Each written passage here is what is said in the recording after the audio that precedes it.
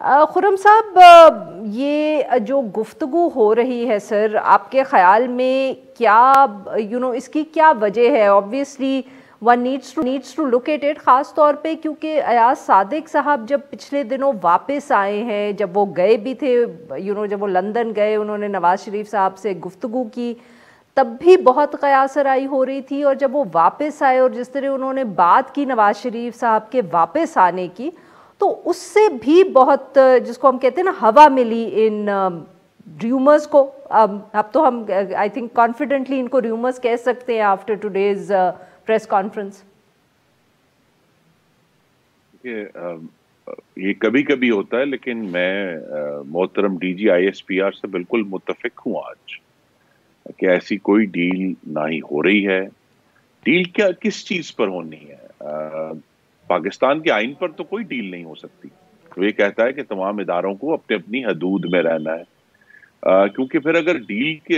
کا یہ ہم کھول دیتے ہیں پینڈورا باکس، تو جو میاں نواز شریف کے ساتھ پاکستان کی عدالتوں میں ہوا ہے، کیا وہ بھی ڈیل کا حصہ تھا؟ اس کو انڈو کیا جا رہا ہے۔ یہ بہت سارے ایسے سوال ہیں جنہیں اگر کھل کر بات کی تو پاکستان کے اداروں پر بہت سوالات اٹھیں گے۔ تو میں بالکل D G I S P R سے متفق ہوں کہ کوئی ایسی ڈیل جس میں کسی کو کوئی فائدہ پہنچانے کا، وہ ایسی ڈیل مسلم لیگ نون اور پاکستان کی مقتدرہ کے درمیان نہیں ہو رہی۔ نہیں خرم صاحب، بٹ یہاں سر کیا آپ کی جماعت کے اندر اس پہ بات نہیں ہوتی کہ آپ لوگ اگر اتنا پرنسپل سٹینڈ آپ نے لیا ہوا ہے، دوسری طرف سے آج فوج نے بھی تردید کر دی، مگر اس کے باوجود اگر یہ قیاس آرائی ہو رہی ہے، اور سر یہ پہلی دفعہ تو نہیں ہوئی۔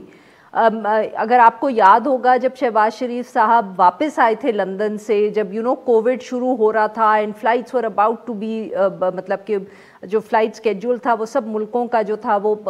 کم کی جا رہی تھیں، اور خطرہ تھا کہ بالکل لاک ڈاؤن ہو جائے گا، تب بھی وہ واپس آئے، تب بھی اس طرح کی گفتگو ہو رہی تھی، اب بھی ہو رہی ہے۔ کچھ آپ کی جماعت کے اندر سے بھی آوازیں اس کو تقویت دیتی ہیں؟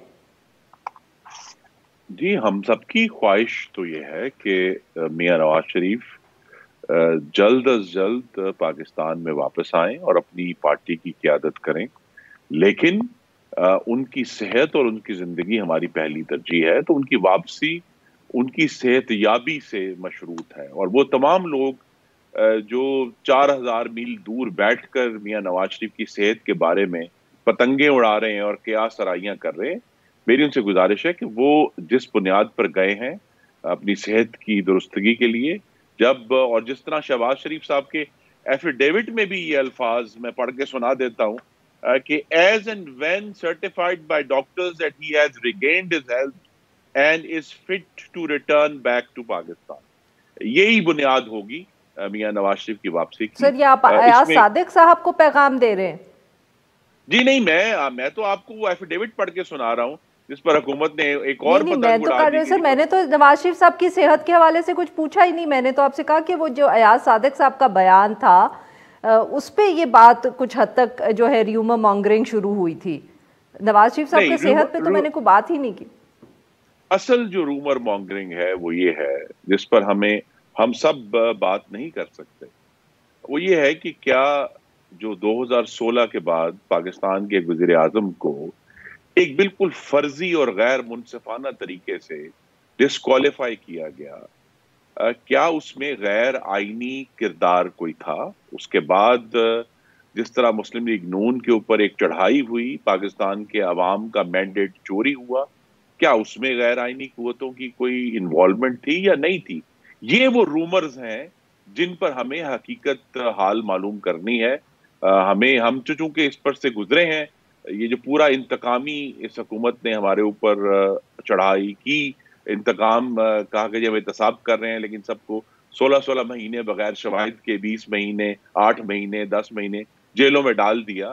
تو یہ اصل میں تو اس رومر کی حقیقت ہمیں معلوم کرنی ہے کہ پاکستان میں غیر آئینی قوتوں کا پاکستان کی سیاست کو توڑنے اور موڑنے میں کیا کردار ہے۔ وہ نہیں ہونا چاہیے، اور اگر کوئی ایسی انڈرسٹینڈنگ ڈیولپ ہوتی ہے مسلم لیگ نون میں اور مقتدرہ میں اس بنیاد پہ کہ ہر ادارہ اپنی آئینی حدود میں رہے گا، تو میں اسے آئین پاکستان کی سربلندی کہوں گا، ڈیل نہیں کہوں گا۔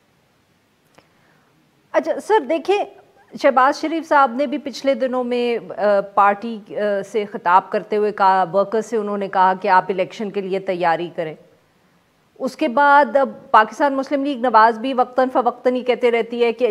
جلد الیکشنز ہو جائیں گے، ارلی الیکشنز ہو جائیں گے۔ تو مطلب کہ ایک طرف جب آپ لوگ کہتے ہیں کہ جی اتنی پاورز ٹو بی کے ساتھ آپ کے تعلقات خراب ہیں، آپ لوگ ووٹ کو عزت دو، قانون کی حکمرانی وغیرہ سب چاہتے ہیں، مگر پھر ایک دم بیچ میں سے شہباز شریف صاحب کا جیسے بیان ہے کہ جلدی الیکشنز ہو رہے ہیں، تو سر پھر اس کے بعد یہ گفتگو تو ہوگی نا سر؟ اور وہ پھر ہم یہی سمجھیں گے کہ جماعت کے اندر یہ بات ہو رہی ہے، اور آپ لوگوں سے سوال آف دا ریکارڈ بھی پوچھے جاتے ہیں سر پاکستان مسلم لیگ نواز سے کہ جی پھر کچھ ہو رہا ہے، کوئی ڈیل ہو رہی ہے، شہباز شریف صاحب نے یہ کیوں کہا، کیوں ایاز صادق لندن گئے؟ تو سر پھر پارٹی بھی تو اس قیاس آرائی کو تھوڑی ہوا دے رہی ہے۔ جی قیاس آرائی اس وقت تک ہوتی رہے گی جب تک مقتدرہ کا پاکستان کی جمہوریت اور سیاست میں ایک مداخلت والا، اس کو توڑنے موڑنے والا کردار جاری رہے گا۔ یہی تو ہم سر وہ تو پہلے دن سے ہے نا، وہ تو سر 2008 میں بھی تھا، اس سے پہلے بھی تھا، بعد بھی تھا، اس کا قیاس آرائی سے کیا تعلق ہوا؟ اس کا قیاس آرائی سے تعلق یہ ہوا کہ آج پاکستان خود سابق حکومت کے جو کچھ اہلکار تھے وہ یہ کہہ رہے ہیں کہ دیوالیہ ہو گیا ہے، مشیر تجارت کہتے ہیں کنگال ہو گیا ہے، پاکستان کے کریانہ سٹوروں سے، محلوں سے، پیٹرول پمپوں سے،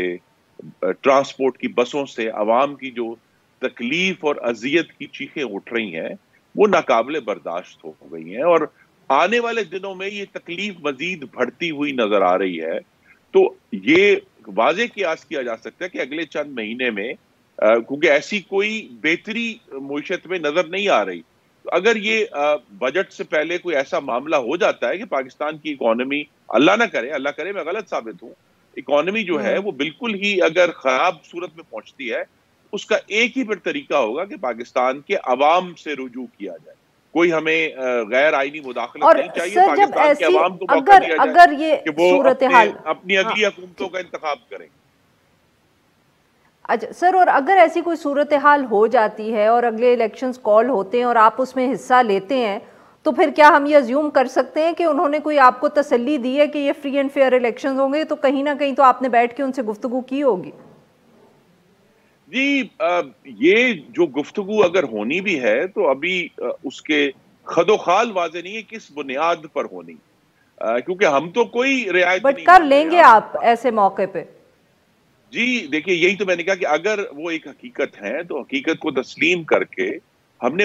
74 سال کی دلدل میں دھسے تو نہیں رہنا نا، کہ جس میں یہاں ہمیں کنگز پارٹیاں بنی، 60 کی دہائی میں بنی، 80 کی دہائی میں بنی، 90 کی دہائی میں بنی، ابھی بنی ہے جو اس 2010 والی دہائی ہے، تو کیا ہم نے ہمیشہ انہی دلدلوں میں دھسے رہنا ہے کہ پاکستان کو آگے لے کر جانا ہے؟ کیونکہ ایک بات تو واضح ہوگی نا کہ جی اس طرح کا جو ہائیبرڈ نظام ہے جس کا تجربہ 2018 میں شروع کیا گیا تھا اور جس کو کامیاب کرانے کے لیے 2016 سے آغاز ہو گیا تھا، وہ ہائیبرڈ نظام معاشی لحاظ سے، وفاقی لحاظ سے، خارجہ پالیسی کے لحاظ سے، جمہوری لحاظ سے مکمل طور پر کلیپس اور ناکام ہو چکا ہے۔ بالکل صحیح جب سر، ہائیبرڈ نظام جو ہے جب وہ اس طرح کی خرابی ہوگی تو پھر ہمیں بہتری کی طرف جانا ہے نا، ہم نے اسی دلدل میں تو نہیں دھسے رہنا۔ ہر پیر سے جمعے اپنا پسندیدہ شو نیوز وائز یوٹیوب پر دیکھنے کے لیے ڈان نیوز کے آفیشیل چینل پر آئیں اور سبسکرائب کرنا مت بھولیں، بیل آئیکن کو پریس کریں۔